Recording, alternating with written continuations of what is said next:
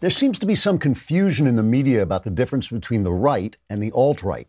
For instance, the alt-right is famously anti-Semitic, and yet the New York Times, a former newspaper, has associated them with Orthodox Jew Ben Shapiro in such sentences as, quote, "Ben Shapiro is alt-right, and if you believe that we have a yarn about Trump colluding with the Russians, you're really going to love, you sucker," unquote.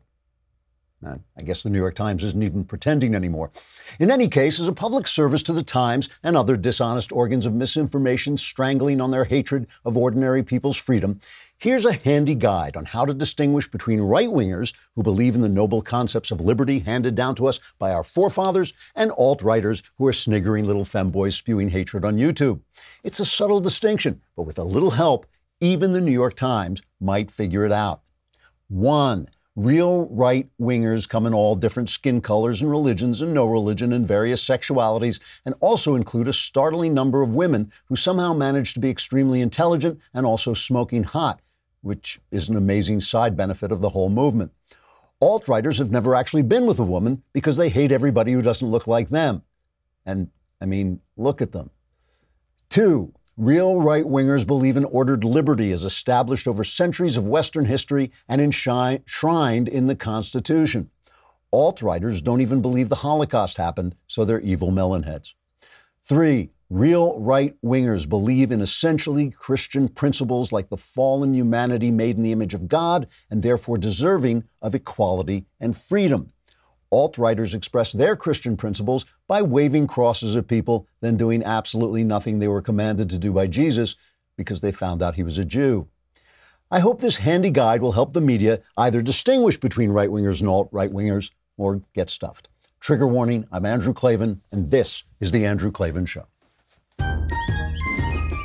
I feel hunky-dunky, life is tickety-boo. Birds are winging, also singing hunky-dunky-doo. Ship-shaped, ipsy-topsy, the world is zippity-zing. It's a wonderful day, hurrah, hooray! It makes me want to sing. Oh, hurrah, hooray! Oh, hooray, hurrah! So this week, I've been examining leftist ideas that make absolutely no sense because it delays the moment when I have to start talking about this absolutely ridiculous impeachment absurdity, which I hate because it's absolutely ridiculous and absurd.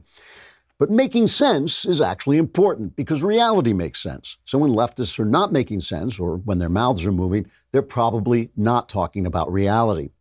Today, I want to look at leftist ideas about sex, and I'll try to avoid making my usual cheap but strangely hilarious sex jokes until I just can't help myself, then I will. The left has gone to great lengths to expel any idea of God from our concept of creation. Even thoroughly sensible and plausible suggestions like intelligent design are denied by the left in service of an absolutist vision of evolution via completely random selection.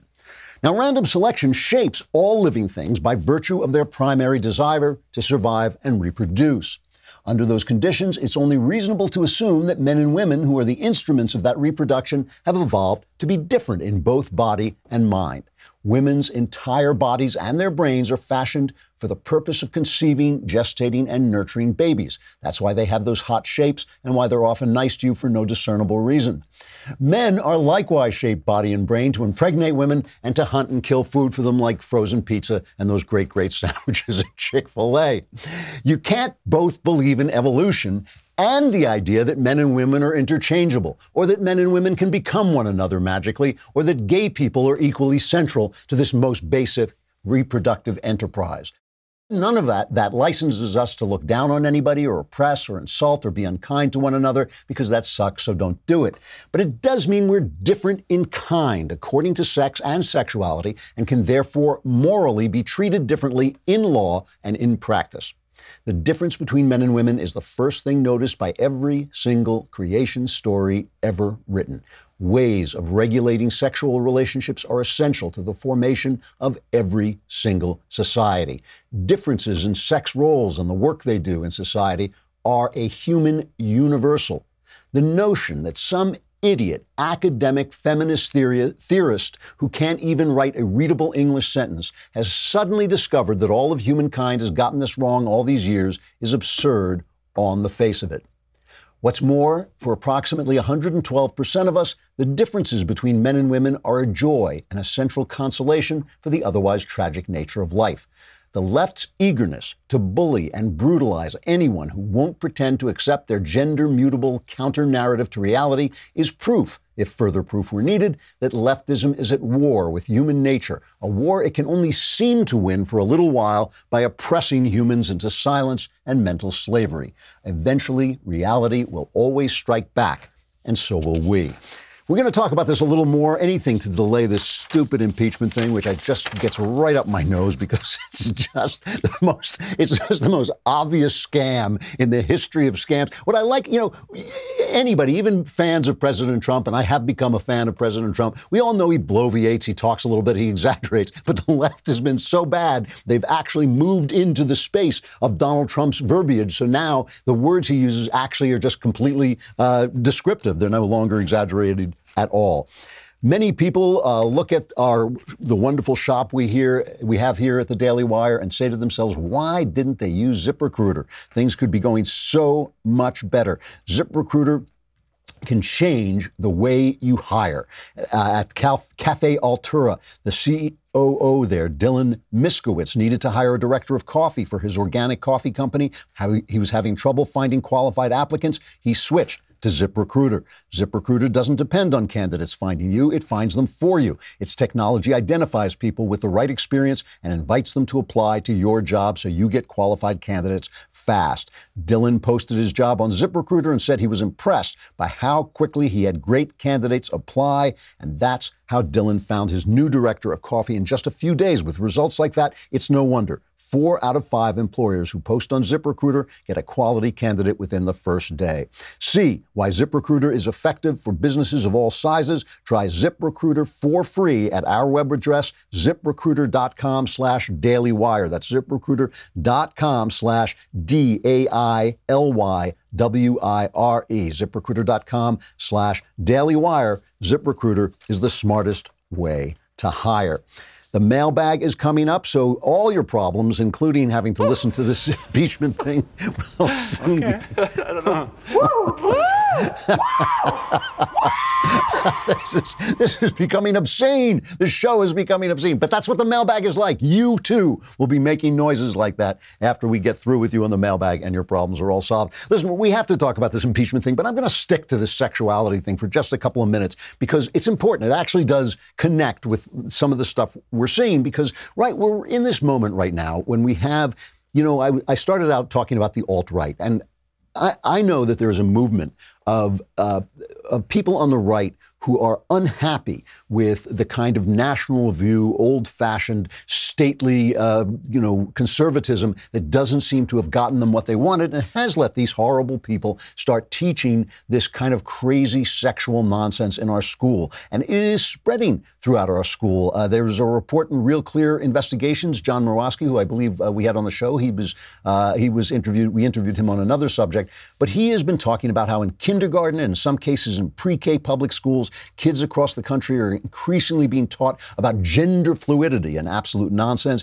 and gay and transgender historical figures. This year alone, 4 states, New Jersey, Illinois, Colorado, and Oregon, enacted policies requiring public schools to include the contributions of LGBTQ people. Again, this means that in order to get out of this, in order to get your kids out of this, you have to basically pay for private schools. So here's a video of the kind of classes they're teaching these kids.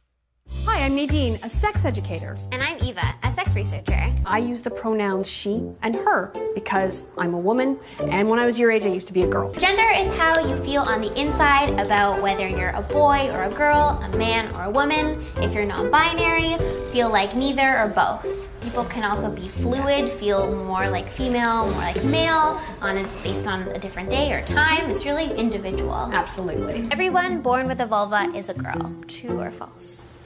Or identifies as a girl. Well, not everybody is sure, and that makes sense.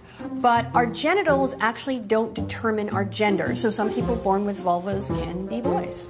Let's learn a little bit more about gender. We actually have an extra special visitor to Sex Ed School. I have been through the spectrum, if we were to say a spectrum of like boys and girls. I have been everywhere in between. I was born a girl, and then when I was 2 years old, I told my mom for the first time that I was a boy. Holy Jesus. What is that? What the is that?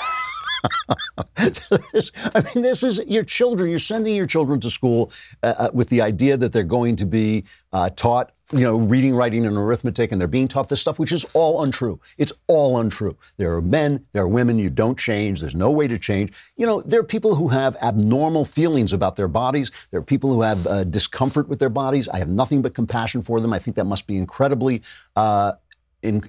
painful. But that's not most people. I mean, that's a vanishingly small number of people. So why are they teaching them this? Well, and just so we know, it goes beyond the schools. It goes to adults as well. I'm reading Douglas Murray's really well-written, beautifully written book, The Madness of Crowds. And one of the experiments he does is he goes on Google image search and he searches for gay couples. Give me this thing of gay couples. And up comes this image. If you're watching, you can see it, of gay couples, happy gay couples, boy gay couples, girl gay couples. Then he goes on and he searches straight couples. And here's what he gets.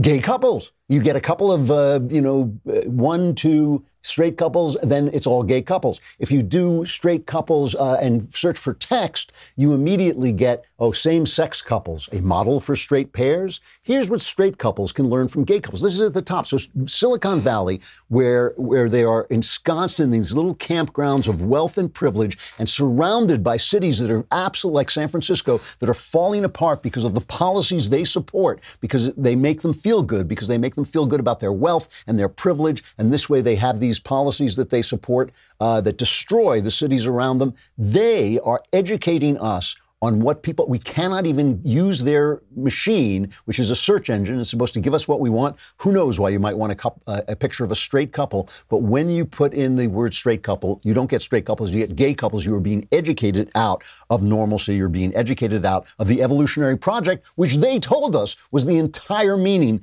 of creation. The thing about this is, and I'm getting to the impeachment, I swear I am, but the thing about this is done with a purpose. Over at the American Mind, Spencer, I think it's pronounced Klavan? No, Klavan. It's my son, Spencer Klavan. There are no meetings. That's right, and the A's are long. But Spencer is a PhD in classics.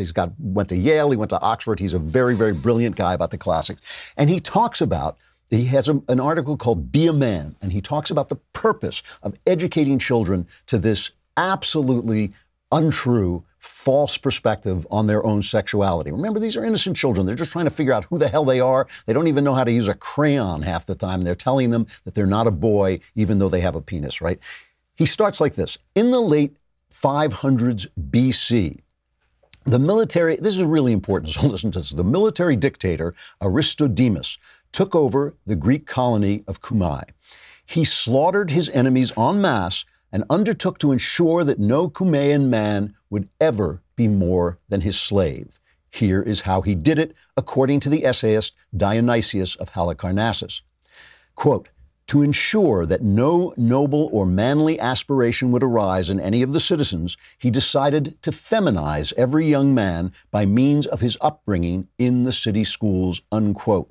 Spencer goes on to describe this. Aristodemus had the boys of Cumae wear long hair and embroidered gowns. He made them listen to soft music and keep out of the sun. He starved them of adult male guidance. This was so none of them would ever grow up strong enough to stand against him. What a paranoid and oppressive autocrat did to the sons of his subjugated people, American mental health professionals now propose we do to ourselves. And he ends this article, which really is good, Be a Man at American Mind. The answer to this, he says, is not only to insist that male and female are real natural categories, it is also to acknowledge that one natural component of those categories is aspiration, to want to be a man. There is nothing harmful in exhorting a boy to be a man. If he is not yet, and no boy is, he will be told by activists and perhaps his teachers that he does not need to be, but the longings of his heart will tell him that he should, that he can. It is the business of gender theory to extinguish those longings. It should be our business to defend them at all costs. Now, why? Why is it important that we defend them at all costs? Women have a harder time with freedom. Women by the numbers, have a harder time with freedoms. A poll of college students last year showed that among men, 61% favored free speech, but only 35% of women did so. If women didn't have the vote, there would be no Democrats elected. I don't think there would ever have been a Democrat elected since the turn of the century if women didn't have the vote. Women have a natural tendency to vote for more government, bigger government, to feel more comfortable with government intrusion, and to be afraid of freedom. Why? Because women are made to be moms, and moms are made to enjoy security because they want to keep their offspring safe. They have a tremendous investment in each child. The man has a less of an evolutionary investment in each child. So he's more risk-taking. He has to take risks in order to serve the woman who will reproduce his genetic makeup. All good evolutionary theory. This is the left. Adam Carolla, I told you I went to see that No Safe Spaces with Adam Carolla and Dennis Prager, and Carolla said he wrote a book 10 years ago called In 50 Years We'll All Be Chicks. He said he should have said in 11 years we'll all be chicks. And his point was that we were being talked out of the sort of manly art of risk and freedom, and it matters, and it matters, and it's interesting to me that when we see the alt-right, and I think the alt-right, listen, I know there are so many people, especially young men on the right, who are striving, looking for a way to be patriotic, to be manly, and are being told that they don't have to be by the left, and then they fall into, it's like, the devil knows when to come after you, he knows when to tempt you, right? He knows when you're weak, and they fall into the siren song of the alt-right telling them they'll be real men if they hate black people, or they hate Jews, or they're violent, or any of that stuff. That's how they offer the manhood. And if conservatives, actual conservatives, and this is where I'm going to get to impeachment, if they don't show a way to stand up for America and to stand up for their beliefs and to support the people who are opposing this kind of nonsense, then there's no choice. You don't give young men any choice of how to be a man. If you don't teach them how to be a man with nobility, with generosity, with graciousness, with grace and with kindness,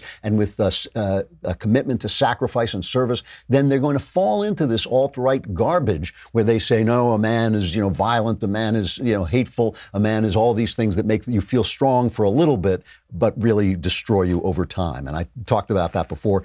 Now I'm going to get to the impeachment thing, but first let me talk about Boll and Branch. As you know, Boll and Branch make wonderful sheets, and I know this. You may be using them and you don't know because you get in there so comfortable you just fall asleep and then you don't notice it, but I'm up all night. I never sleep. I'm sitting there while you're sleeping in these comfortable Boll and Branch sheets. I'm sitting there going, yeah, they're not only comfortable, they look great. And one day I may even fall asleep in them.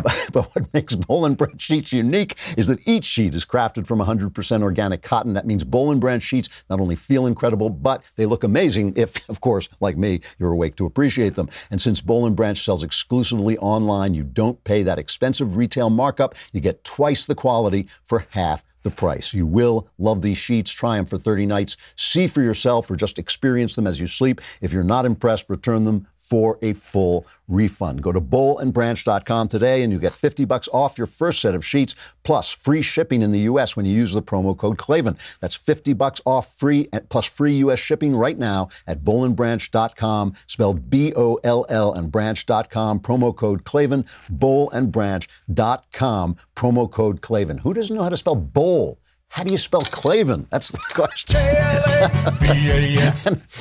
I knew we'd be able to answer that. So, this is the thing, this thing with impeachment, it drives me crazy, and I know that's what everybody wants to talk about, but even talking about it feels to me like falling into this nonsense. In other words, they put out this crazy stuff that they've been putting out since the beginning. I'm going to get to that. I'm going to get to the way they built this thing from the moment before Trump was elected, this was the plan. This was the plan. That is not paranoia. It is right out there in the open. This was the plan. This is the thing that they have been manufacturing from the beginning. And now they're unleashing it finally out to the world. They think they prepared the way. They think they had the secret testimony and they leaked it to their friends in the press, which is all the press. And now they're going to bring it out there and everybody's going to say, oh, the bombshells. Oh, it's a nail in the coffin. Oh, it's, how could anybody disagree with this? And it's all crap. It's all such show business crap. And it just drives me crazy to even have to talk about it. And speaking of manhood, and this is what the connection I was going to make, it's dispiriting to me to watch the Never Trumpers. many of whom are my friends, many of whom I admire as people, many of whom I really admire as writers. It is dispiriting to me to watch them take this seriously, because there is 0% serious about this.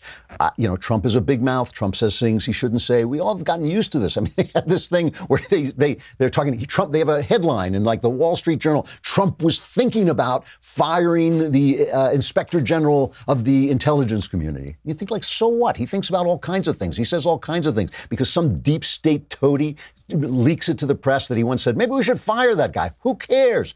Who cares? This entire thing is the biggest so what in American history. And when Trump rails that it's a hoax and a witch hunt, he is not 90% right. He's 100% right. And it's dispiriting and it's unmanly to watch these people desert their president, who is the only thing standing between us and this onslaught of socialism and feminism and destruction of like human norms. And it's just dispiriting. I mean, if you cannot show our young men what it means to stand up for what's right, even if the president rubs you the wrong way, who could blame you? I'm sure he rubs a lot of people the wrong way. Even if he rubs you the wrong way, you cannot let your president be railroaded like this. It is just disgusting. Devin Nunes opened, Devin Nunes has done a great job standing up against Adam Schiff, one of the most dishonest politicians of my lifetime, just an absolute McCarthyite bum. And Devin Nunes made an excellent opening statement. And I want to make sure I get the right thing that he said, where he goes after Schiff and he says, in order to buy into this at all, you have to have amnesia. This is what he says. After the spectacular implosion of their Russia hoax on July 24th, in which they spent years denouncing any Republican who ever shook hands with a Russian, on July 25th, they turned on a dime and now claim the real malfeasance is Republicans' dealings with Ukraine. In the blink of an eye, we're asked to simply forget about Democrats on this committee, falsely claiming they had more than circumstantial evidence of collusion between President Trump and Russians.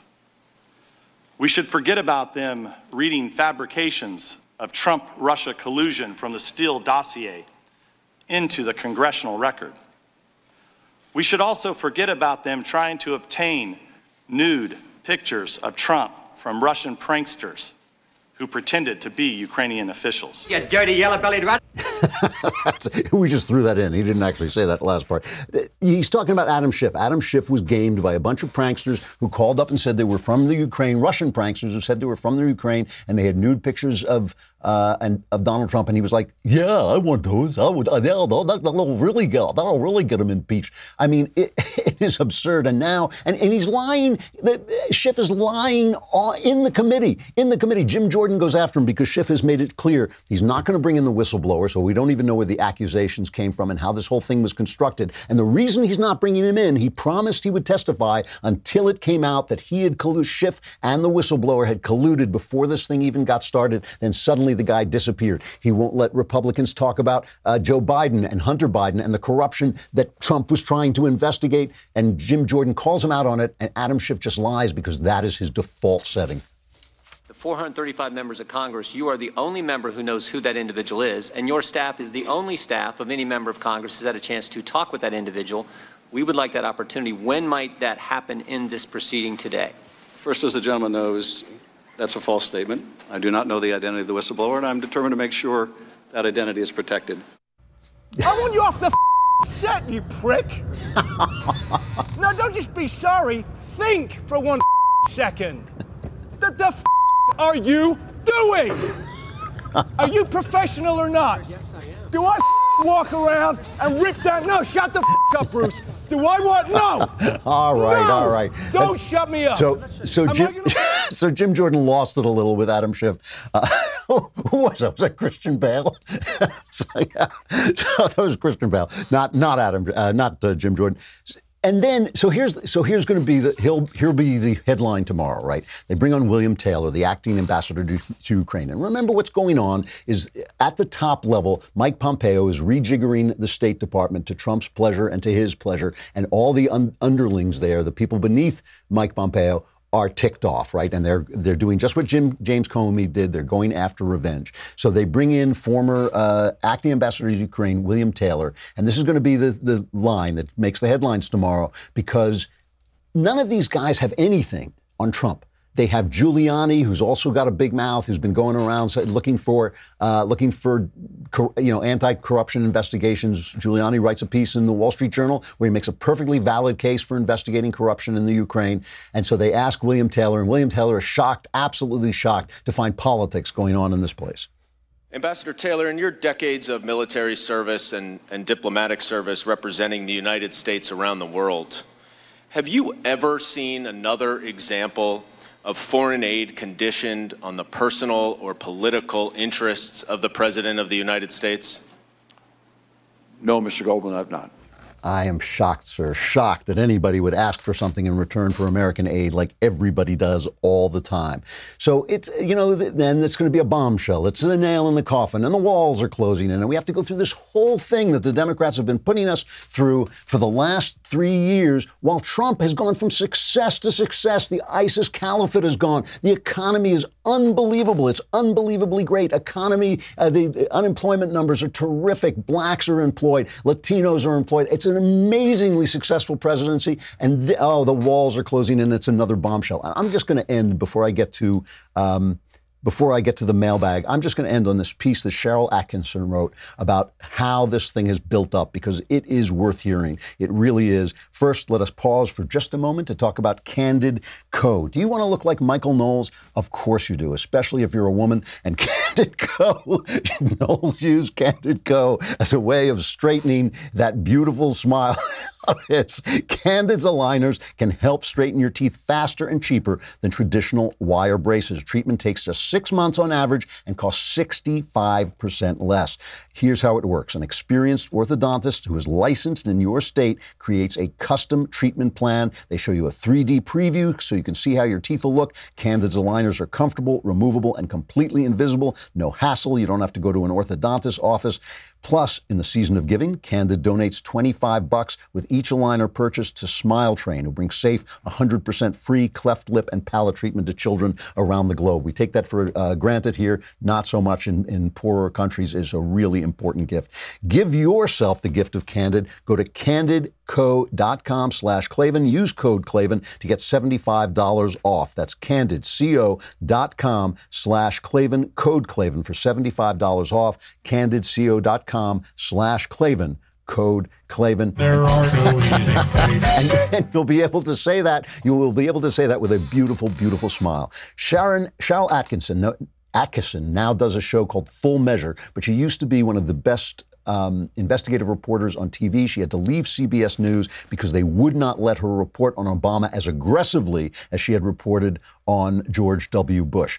She had all these great stories about Fast and Furious, all these scandals, but Obama had to be scandal-free, so she couldn't get him on the air, and they were killed along the line, and she finally had to leave so she could do her job honestly. She has assembled what she admits is a simplified timeline of the impeachment procedure from the Democrats, okay? She starts on August 15th, 2016, before Donald Trump is elected. After FBI counter-espionage chief Peter Strzok and FBI attorney Lisa Page met with Deputy FBI Director Andrew McCabe, Strzok texts Page that they couldn't take the risk of Trump getting elected without having, quote, an insurance policy in place. October, a month before Trump is elected, Benjamin Wittes, founder of the left-wing liberal blog called Lawfare, as in using the law as a weapon of warfare, writes, what if Trump wins? We need an insurance policy against the unthinkable. Donald Trump's actually winning the presidency. Wittes writes that his vision of an insurance policy would rely on a coalition of all Democratic forces to challenge and obstruct Trump, using the courts as a tool and Congress as a partner or tool. He even mentions impeachments again 2 weeks before Trump is elected. And Wittes has acknowledged being a good friend of James Comey, the fired FBI director, and he spoke to the New York Times about Comey's interactions with Trump. October 2016, still before the election, the FBI begins a year-long secret wiretap on Trump campaign advisor Carter Page, which would have allowed intel officials access to information and conversations involving other Trump associates and possibly Trump himself. Page was never charged with any offense, and the FBI never apologized for the unwarranted privacy intrusions. The lawfulness of the wiretap has been questioned. January, now Trump has been elected but hasn't taken office yet. January 3rd, Senate Minority Leader Charles Schumer publicly warns Trump, and we've played this on the air, that if he takes on the intelligence community, the IC has 6 ways from Sunday to get back at you. January 11th, still before inauguration, a Politico investigation concludes that Ukrainian government officials tried to help Hillary Clinton win and undermine Trump during the campaign, and with help from a Ukrainian-American operative who was consulting for the Democratic National Committee. So every time you hear that Trump is being paranoid about the about Ukrainian intervention in the elections, it's nonsense. They were helping Hillary. January 30th, now Trump is in office. Days after President Trump takes office, attorney Mark Zaid, who, remember, goes on to be the whistleblower's attorney, Mark Zaid tweets that a coup has started and impeachment will follow. Ultimately, Zaid often deals with government investigations and clients in the intelligence community. A few months later, still in 2017, Zaid tweets, I predict CNN will play a key role in real Donald Trump not finishing out his full term as president. And he says, we will get rid of him. And this country is strong enough to survive even him and his supporters. And Zaid goes on to represent the whistleblower, right? May 17th, 2017, special counsel Robert Mueller begins investigating. August 2017, Trump critic and former director of national intelligence James Clapper is hired as an analyst. Where? At CNN. He attacks Trump regularly, at times with incorrect information. January 23rd, 2018, a year, Trump's been in office a year, former Vice President Joe Biden publicly brags that he got Ukraine to fire its top prosecutor by threatening to withhold U.S. aid. The prosecutor was investigating Burisma, an energy company where Biden's son had served on the board since 2014. You take a look at that call, it was perfect. February 1st, 2018, Trump critic and former CIA Director John Brennan is hired as an analyst for NBC and MSNBC, where he attacks Trump regularly. Again, this is the deep state working in tandem with the television stations. April 2019, Ukraine elects a new president. Former Vice President Biden's son, Hunter Biden, steps down from the board of Burisma. July 2019, President Trump calls the newly elected president and asks for cooperation in a probe involving long-standing corruption in Ukraine, along with alleged ties to U.S. Democrats in the 2016 campaign, which actually happened. And Trump wants to know about it. Why did these guys try to screw him? August 12th, 2019, someone alleging to be a whistleblower files a complaint about the phone call with the intelligence community's inspector general. The anonymous person alleges President Trump sought political dirt to use against Biden in 2020 as part of a quid pro quo.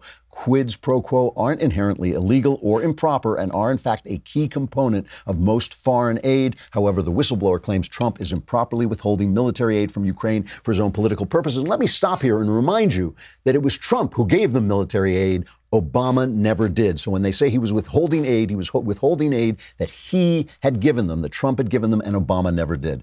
September 9th, 2019, coming up on the end of this, the Inspector General notifies us the House Intelligence Committee about the complaint. Although Committee Chairman Adam Schiff initially denies doing so, it turns out that he and his staff already had met with or conspired with, depending on your view, the alleged whistleblower. And then, as you know, the entire impeachment thing, the impeachment show, unrolls until it goes on the air today. The fact that the never-Trumpers, obviously the Democrats and Chuck Todd, but I repeat myself, the Democrats and CBS, but I repeat myself, the Democrats and ABC, but I repeat myself again and again, obviously they're all on the same page, that some of us on the right are taking this seriously in any way, shape, or form. Seriously, in any way, shape, or form.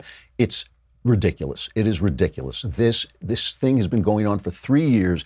It's time to stop. And it's time for people on the right to say, look, this is the president. I don't always like him. There's nothing wrong with saying you don't like his policies, nothing wrong with saying you don't like his attitude or the way he talks. All those things are perfectly welcome. But these people on the other side are socialists. They are not pro-America. They say America was never great. Those words come out of their mouth. It's not me putting those words in their mouths.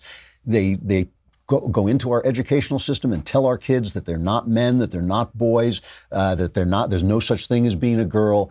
These people are out of their minds, and the only thing standing between them and the government and government power is Donald J. Trump. You don't have to like him, but in this case, you have to support him if you're going to be an honest person, because this is garbage. All right, we're going to go to the mailbag and solve all your personal problems. Yeah, that's it. I was going to say that myself, but we're going to the mailbag. I got to stop. Say goodbye to Facebook and YouTube. Come to dailywire.com and subscribe so you can be in the mailbag next time. It's a little stuffy in there, but you get all your problems solved.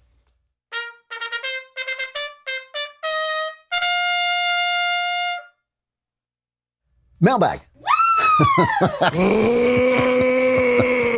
We're not going to get to any letters anymore. It's just going to be screaming. From Mike. Hello, Andrew. Clearly, you are the wisest one at the Daily Wire, so I thought I would ask you this question. Well, clearly. I mean, come on. I'm 30 years old. I have 3 beautiful, healthy children. I'm married to a loving, beautiful wife. Just bought my first house, graduated from college, earned a promotion.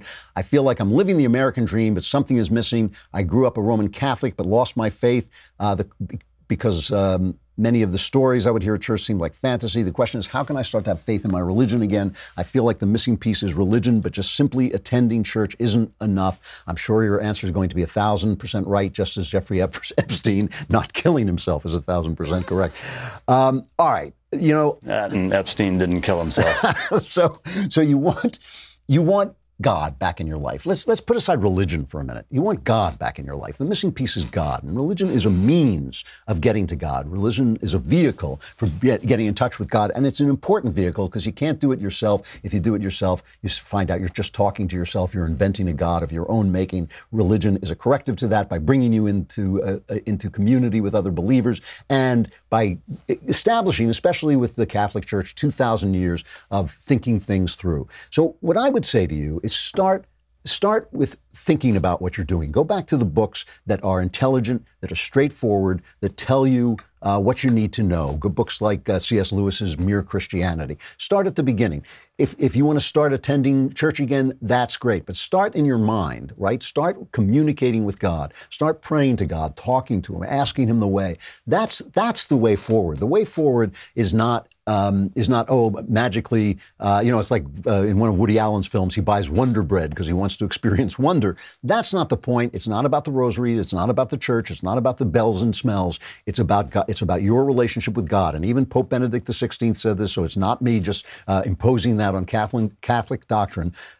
Reestablish your relationship with God and start going to church to find out how church can help you get in touch, to deepen your relationship with God through community with other believers and ritual and tradition. And that's the way to do it. I mean, the way to do it is honestly, God is there. You know, He's there whether you believe in Him or not. So that's not a problem. But you want to get in touch with Him through prayer. You want to get in touch with Him through scripture reading. You want to get in touch with Him by reading other books that are intelligent and straightforward and aren't selling you things that you can't believe. And then with that, go to church and see if that helps you out. And I know it will. From Anonymous, thank you so much for all you do. I too came from Ben, yet joined for you. This year I removed myself from a very toxic and abusive relationship with my now ex-fiance. It took me a long time to accept that it was mentally, emotionally, financially, spiritually, and twice physically abusive. I thought I was being a strong woman, fighting for a complicated man, suffering from PTSD. For a long time, I could not leave him for guilt of abandoning him in his worst times. So finally, she left. Good move. And now she has his stuff. He left his stuff in her house. And I've tried to get him to pick up his things, and now he's abusing her this way. He keeps telling her, hold on to his stuff, and he'll pay me to ship it to him once he gets settled. And then she's gone, no contact, but he keeps stringing her along. Now she wants to move. And he says, well, he doesn't agree with that, and she has to hold on to his stuff and take it with her, and friends are telling her to just throw it away. She says, is it Christian for me to throw it away? Am I being selfish? Am I weak to be torn by this? What should I do? There's obviously so much more to the story. And she ends with, thank you for being awesome. And The Great Good Thing is one of the best books I've ever read. Well, thank you very much for that. All right, well, first of all, you know, the worst thing about these abusive animals, right?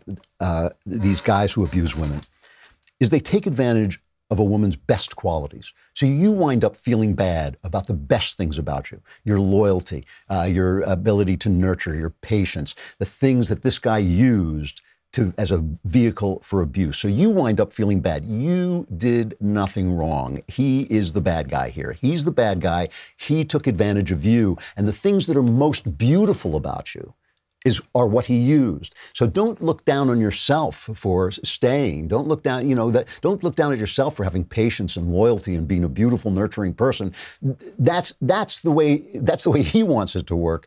He's the villain. You are clean. You are completely free. All right. I set you free. If you're not already free in your mind, let it go. Throw this garbage guy's garbage into the garbage. All right. You have no obligation to him whatsoever. Don't let him come to your house. Don't let him into your house if he comes. If you have the money and you want to do it, what you do is you pay for 1 month of a storage facility, leave the key there, tell him this guy can come and pick it up, write to him, say it's in that storage facility. At the end of a month, it's going to be thrown out and auctioned off. If you have the money to do it that way, do it that way. If not, put it out on the street and say it's out on the street for 24 hours, then it's gone. It's really, do not let this guy anywhere near your life. You are completely free. You are in the right. This guy he's a villain. He's a bad guy. You don't owe him anything. And throw his stuff away. And because he's garbage, and you should throw his garbage into the garbage. All right. I hope that was clear. I didn't want to mince words there. From Nick, oh, great bald one, true king of Galiana. A quick few questions. Abortion supporters are quick to cite the sentient life argument, the argument that human life's value is dependent on the age of the prenatal human. In other words, if you're not sentient, if you don't have consciousness, free will, if you don't feel pain, then you can be aborted. What are your thoughts to dismantle this? I wanted additional ammo for this thought process as my reasoning doesn't seem to stick. Well, here it is. A baby in the womb, let's not argue about whether it can feel pain. The pictures I've shown look like it can feel pain, but of course it can't make the usual choices and preferences. This is what this clown Peter Singer talks about. It can't express preferences. It doesn't have will. It doesn't have the same amount of will as, for instance, a full-grown dog. That's true of you when you're asleep as well. When you are asleep, you don't have preferences. You don't make free choices. You can't do that. Can I put a pillow over your head and kill you? No. Why not? Because you're going to wake up. Because we live in time. We live in time, and we are, each of us, a continuum. You can't kill someone yesterday and then say, oh, yeah, but now it's Wednesday, and that was Tuesday, so I'm no longer the same. Now I'm Wednesday, Andrew. I'm Wednesday, Andrew. So Tuesday, you can't arrest Wednesday, Andrew, for what I did on Tuesday. No. We are a continuum. What we are, we will be. What we have been, we still are. The baby in the womb, like the sleeping person, will become, if left alone, will become fully sentient, will become fully operational as a human being. You have no right to stop that process. When you stop that, I often quote Clint Eastwood in Unforgiven. William Money, I think, is his character. He says, when you kill a man, you don't just take away everything he has, you take away everything he's ever going to have, because we live in time. And I won't go into this forever because I don't have a lot of time, but leftists do this all the time. They remove the element of time.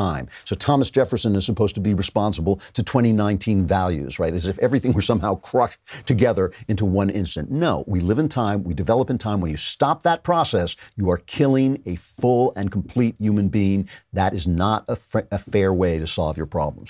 From Nigel, dear Director, Commissioner, and Master of Reality across the multiverse, you said on your show as an aside about how during a lecture, when you asked a group of men and women whether gender was malleable, the women were more likely to say yes, as you predicted. This fascinated and plagued me. Please elaborate why you think women are predisposed, at least comparatively, towards believing gender is malleable, and rid me and others of the scourge of unclavenly doubt with requisite love. Nigel.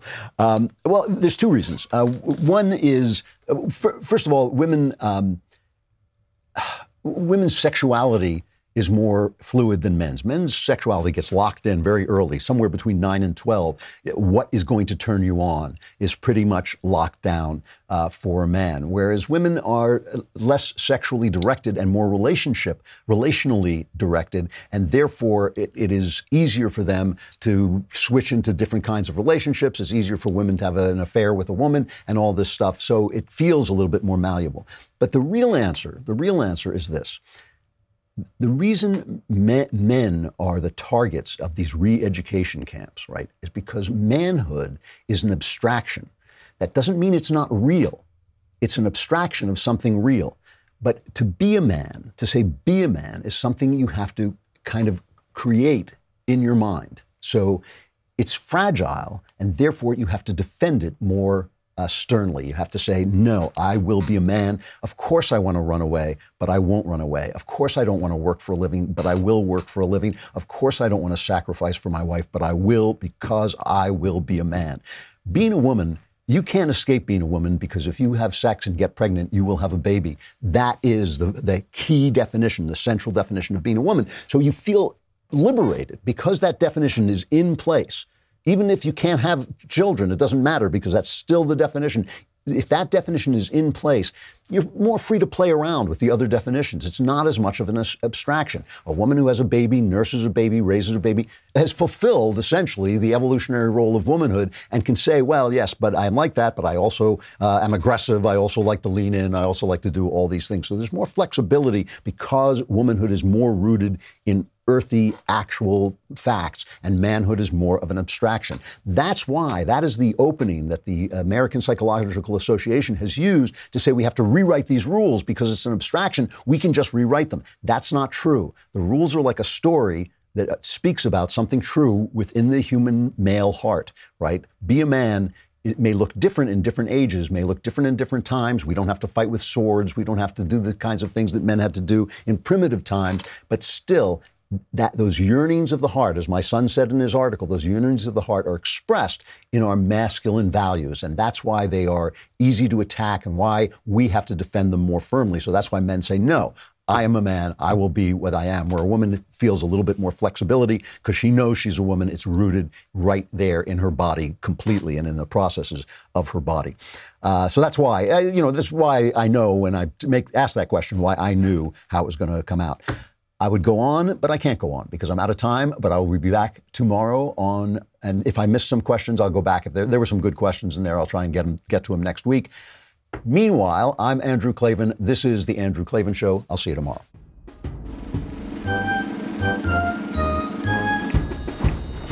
Oh, hooray, hurrah. The Andrew Klavan Show is produced by Austin Stevens and directed by Mike Joyner. Executive producer, Jeremy Boring. Senior producer, Jonathan Hay. And our supervising producers are Mathis Glover and Robert Sterling. Assistant director, Pavel Wydowski. Edited by Adam Sayevitz. Audio is mixed by Mike Cormina. Hair and makeup is by Jesua Alvera. Animations are by Cynthia Angulo. And our production assistant is Nick Sheehan. The Andrew Klavan Show is a Daily Wire production. Copyright Daily Wire 2019. If you prefer facts over feelings, aren't offended by the brutal truth, but you can still laugh at the insanity filling our national news cycle, well, tune in to The Ben Shapiro Show, where you'll get a whole lot of that and much more. See you there.